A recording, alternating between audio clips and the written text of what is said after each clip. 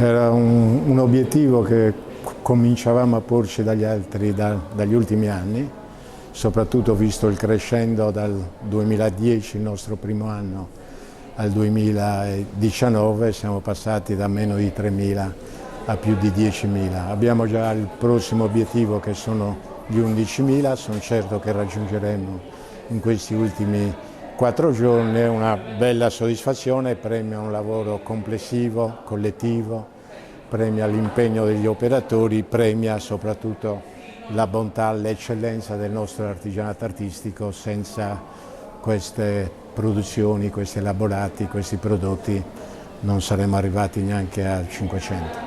Quando si ottiene un bel risultato c'è sicuramente anche un po' di fortuna, non c'è dubbio, però credo che sia anche in questo caso un lavoro collettivo, l'ufficio stampa, la campagna sui social, la campagna pubblicitaria all'aeroporto, sui CTM, sui quotidiani nazionali, sui quotidiani regionali, gli spot televisivi.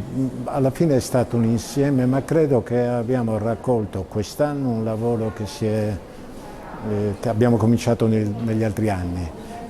Ormai questa fiera è diventata davvero la rassegna più importante dell'artigianato artistico della Sardegna e ormai non c'è dubbio che questa è la fiera che rappresenta l'eccellenza della nostra manualità. Quindi abbiamo lavorato di gomito tutti i giorni, tutti gli anni, tutte le settimane. Pensate che noi cominciamo a organizzare la fiera un mese dopo che finisce quella precedente. Alla fine il lavoro paga.